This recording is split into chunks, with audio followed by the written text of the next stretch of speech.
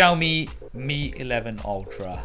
So this is a device that I've had for a couple of weeks now, and I dropped a camera comparison recently on the main channel, and that was controversial because I want to say straight away that this is a very interesting device, and they've really gone out there in terms of the hardware, right?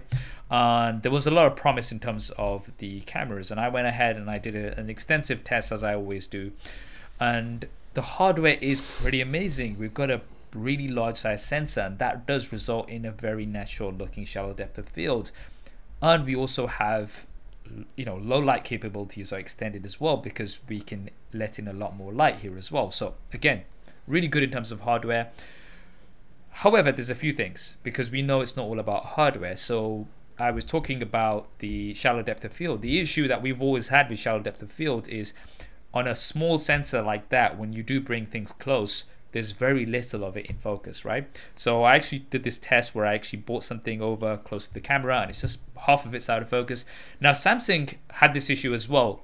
Yes, the sensor is not as big, but on the S20, one of the issues that we had was the focus issue in terms of not getting everything in focus. So what Samsung did this year with the S21 is that they included a focus enhancer mode. So when you do get close to a subject, it can actually switch to the ultra wide camera and use software to actually give you a shot that's fully in focus. Now this actually works pretty well, because it means that you can, if you want, have more things in focus, but if you do want to go for that creamy depth of field, you can do that as well. So that's something that I mentioned in the camera comparison. The low light shots, although they were brighter, they still had a bit of a yellow tint. So that was another thing, right? Now, one of the things I really like is the fact that you can use the rear-facing cameras as front-facing cameras thanks to that display, and you get some really high-quality detailed selfies from the Mi 11 Ultra. Also, ultra-wide shots, which is amazing, you know, having that option there. I really like that. But again, there's a few issues here, because sure, you can do that, but if you want to record video, you can only record a quick 15-second burst, and you have to hold down the volume key for that. You can't record proper video. If you want to record video from the selfie camera, guess what? It's at 1080p, and the quality is really not that good. So sure, some of this stuff can be improved with software, so we can get better low light images, not so on the yellow side, and I'm not sure if they can update the software to be able to film proper video from the rear facing cameras while that screen is active. But there's certain things that software updates can't fix, right? So the selfie camera, it's 1080p. I'm sorry, but 1080p from a flagship device that costs $1,200 in 2021, especially in the day of TikTok. How many people you know that have TikTok and will exclusively use the front-facing camera to film TikToks or Reels or Shorts? Yeah, I mean, a lot of people. Exactly. So then you've got a 1080p front-facing camera. That's number one. Okay. So I'm like, okay, what is with that? Sure, even if you got the rear-facing camera, to me, there's no excuse. I don't think that can be updated with software because it's already pretty cropped in as it is. So I'm not sure if that can be done. Yes, it's a 20 megapixel sensor, but I don't think you can do a 4K on there. So that's something that software can't fix. Wait. I'm confused. The rear camera, what's the max resolution for video? The rear camera is 8K. On all cameras. Okay, all right. Okay, all right. Okay, so you got 8K on all cameras, right? And that's something that I like, that you have the option of going ultra wide. You've got the primary, and then you've got the zoom as well, that you can do 8K. On the S21, unfortunately, the S21 Ultra, you can only do 8K from the primary camera, and it crops in quite heavily as well, which is something that I don't like, right? But here's another thing.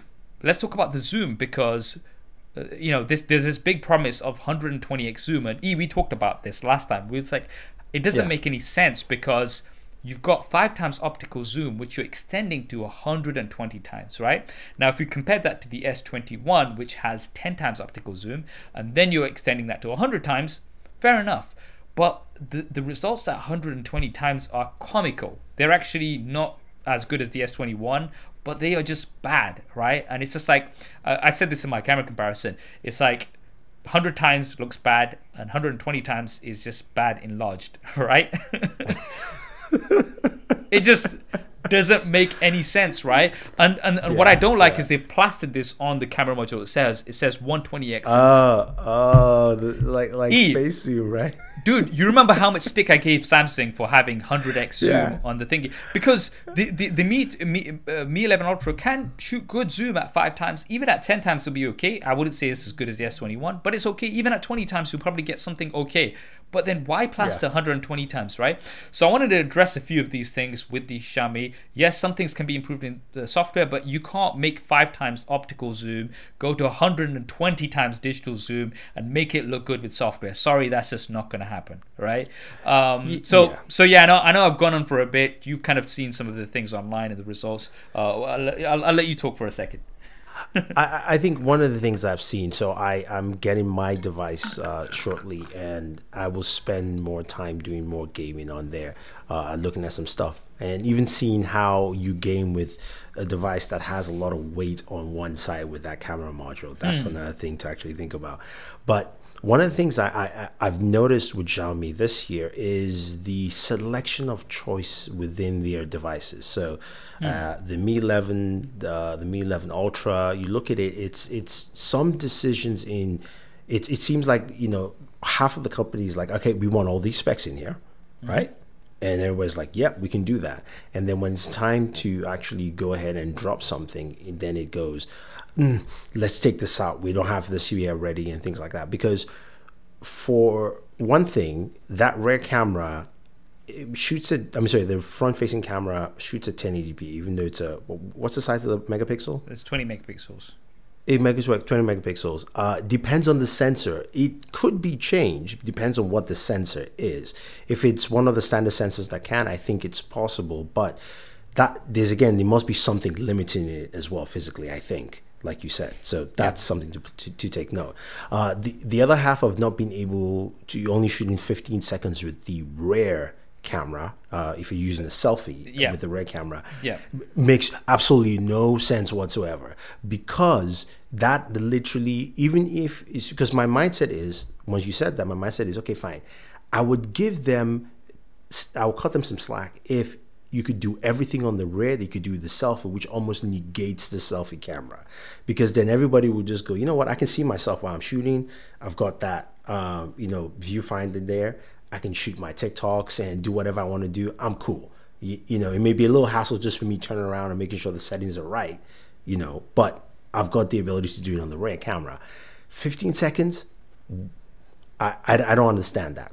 So again, it's one of those things. Now with the software, and you know, I watched your video, the yellow tint was quite visible, especially for the nighttime photos. Those things can be fixed, but they can only be fixed so much from where it is now. That's what people have to understand. It cannot be completely fixed, because you still have to work under the software template you're using for processing right now. You can't, unless you're going to literally dump your camera and then reload a full ISP, you know, program for it. Next year, they can do a better job. That's the thing we have to think about. This goes back to what I was when we were talking about the sensor, because it's got the Samsung sensor, right? But Samsung haven't used it in their own devices yet. So this goes back to Samsung's actually giving it to Xiaomi first. It's like, you do the trial and error, we'll see the results, and then we'll tweak whatever we need to before we put it in our own devices. That's what it seems like to me, right? And I mean, this is the thing, but I want to emphasize that, look, some of these things hopefully can be improved with software. Maybe, you know, Xiaomi will see the camera comparison and kind of look at some of those results and see how they can improve it going forward in software. But software can only improve so much. Software cannot make 5 times optical zoom go to 120 times digital zoom and make it look good. Just keep that in mind, right? And obviously, as you know, I do these camera comparisons completely on a, you know, balanced view. In my S21 camera comparison, a lot of people were like, you're an iPhone fanboy. In this one, I'm being called a Samsung fanboy. I'm a fanboy of tech, right? I enjoy lots of different tech, and I'm gonna give you the results that I get, right? And what's interesting is now that we're seeing some other reviewers kind of bring some more Xiaomi Mi 11 Ultra reviews, we're seeing those similar results. So I've had a look at a few, and you are getting the same very limited depth of field for close-up subjects. You're getting dynamic range isn't as consistent, especially with the ultra-wide camera. The zoom, everybody's saying that the S21 Ultra has better zoom. It's just something that's kind of standard. So you're getting this from other people as well. But then again, in my camera comparison, like, you know, I tested out everything in quite a lot of detail. 1080p from the front-facing camera is something that I've not heard many people talk about, and I was quite surprised. This was a similar case that we had in the OnePlus devices as well, and I give them a lot of stick for that as well.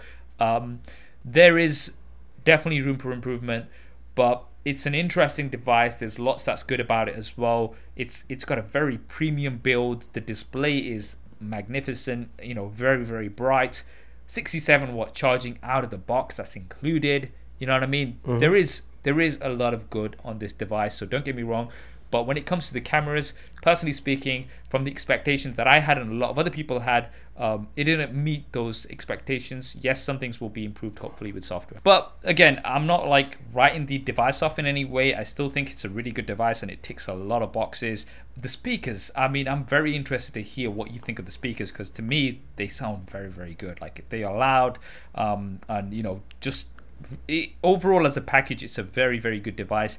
There is, as I said, there's always room for improvement, and there definitely is some room for improvement on the Mi 11 Ultra. I hope you enjoyed that clip. If you want to hear the full podcast episode, then that will be linked down below. And if you want to see more clips like this, then be sure to subscribe and hit that bell icon so you don't miss them. Thanks for watching. This is Saf on SuperSaf Speaks, and I'll see you next time.